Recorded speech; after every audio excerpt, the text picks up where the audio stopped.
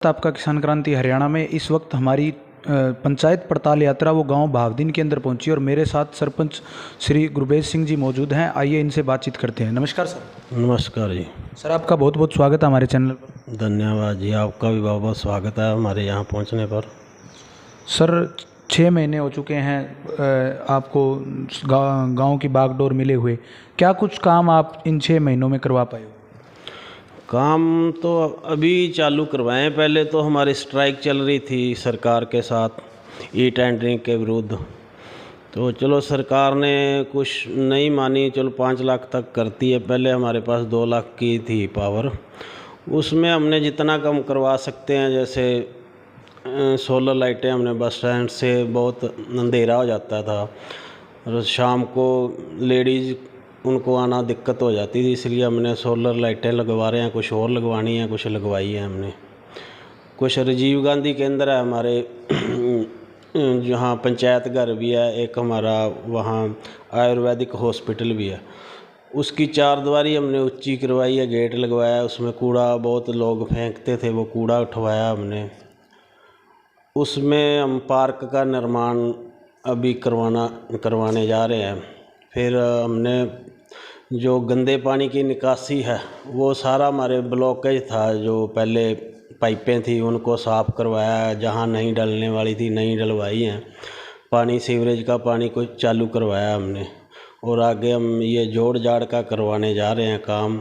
तो पीने का पानी है हमारे 7-8 साल से नहरी वाटर वर्क्स बना हुआ था, उसको पानी नहीं था, सप्लाई नहीं थी, नहरी पानी की थी। हमने वो उसमें नहरी पानी की सप्लाई चालू करवाई है। अब हमारे यहाँ 15 दिन तो नहर चलती है, 15 दिन बंदी में भी हम घर घर में नहरी पानी दे रहे हैं हर एक को, क्योंकि हमारे जो गांव का पानी वहाँ हेड आ रहा है, हमारा सुबह से आ रहा है, वो खाला टूटा हुआ है पानी, वो वेस्ट जा रहा था पानी, उसको हमने वाटर बक्स में कन्वर्ट कर दिया। पानी सारा जो गांव का पानी है, वो जितने दिन 15 दिन चलती है नहर, 15 दिन मोगे का पानी हमारे गांव के वाटर बक्स में ही आता है। और हमने वो वाटर बक्स की सप्लाई, जैसे मोटरों का पानी हमारे खारा है, पीने योग्य नहीं है, तो वो हमने नहरी पानी घर घर पहुँचाया। एक बूस्टर आगे जहाँ नहीं पहुँचता था, एक बूस्टर का निर्माण हुआ है, उसको चालू करवाया। वो कुछ आधे गांव में बूस्टर की सप्लाई, बूस्टर से हम पानी दे रहे हैं गांव में।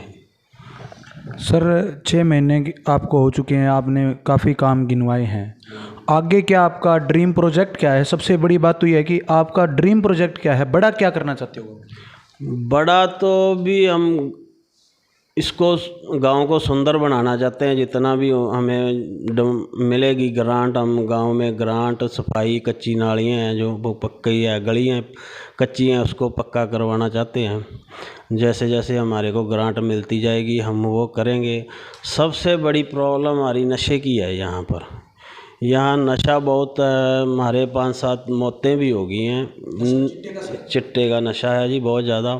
गोलियां हैं, लोग गोलियों को पीस कर उसमें लड़के एजेक्ट करते हैं, उससे हमारी 6-7 बच्चों की मौत भी हो चुकी है।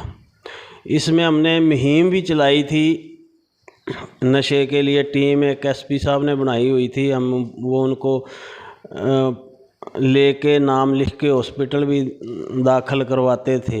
बाद में वो हट गई। फिर डीसी साहब ने को मैंने मिला, डीसी साहब को कहा मैंने, उन्होंने यहाँ हमारे डॉक्टर को भेजा, हॉस्पिटल हमारे यहाँ है, तो उसमें हमने दवाई भी 1-2 बार दिलवाई है बच्चों को। फिर आगे वो थोड़ी सप्लाई बंद होगी दवाई की, वो बोलते भी सिरसा आओ। तो ये नशे वाली थोड़ी रोकथाम नहीं हो रही, उसमें बहुत मैंने जोर लगा लिया है, पर मेरे को कोई एक तो गांव का पूरा सहयोग नहीं मिल रहा, तो एक प्रशासन का सहयोग नहीं मिल रहा। जो ना बेचने वाले हैं उनको पकड़ने के लिए, उसका मेरे को संयोग में, ये नशे वाली मैं ख़त्म करना चाहता हूँ, गांव को साफ़ सुथरा बनाना चाहता हूँ गांव को जी। सर आपने बताया कि प्रशासन का सहयोग नहीं मिल रहा, आपने एसपी साहब से संपर्क किया क्या सर? हाँ जी, किया था जी। हमारी डीसी साहब से बात हुई थी उस दिन। हमारी एक केस था, उसमें कोई लड़का डेथ हो गई थी उसकी, इंजेक्ट करके, तो उसमें कुछ 8-10 जनों के बाई नेम पर्चा भी करवाया था हमने। उस लड़के का पोस्टमार्टम करवाया था, वो मैंने डीसी साहब से सामने रखी भी उन पर। और कार्रवाई हो तो उसके बाद भी थोड़ा सा डर बैठ जाएगा इनको बेचने वालों को भी, हमारे ऊपर पर्चा हो रहा है, डेथ का भी हो सकता है।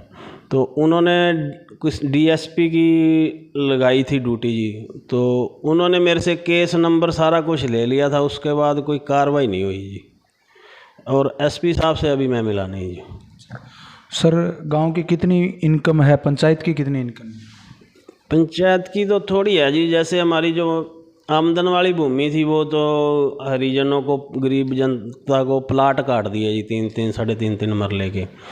तो इधर हमारी बनानी थी, उसको पद्दर किया है, उसमें लगा लो जी 3.5 लाख रुपया साल की इनकम है जी पंचायती ज़मीन की, और कोई इनकम नहीं। सर गांव के अंदर लाइब्रेरी है?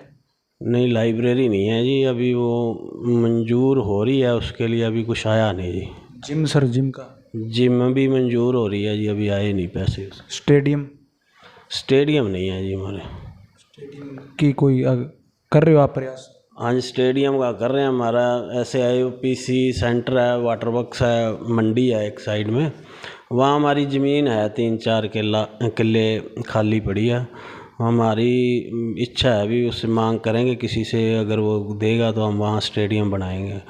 धन्यवाद सर। ये मेरे साथ थे बावदीन के सरपंच, जिन्होंने बताया कि गांव सबसे मुख्य समस्या गांव की नशा है, और नशे की रोकथाम को लेकर इन्होंने अनेक प्रयास ये कर रहे हैं। ना तो इनको प्रॉपरली गांव का सहयोग मिल रहा है और ना ही प्रशासन का मिल रहा है। धन्यवाद। देखते रहिए किसान क्रांति हरियाणा।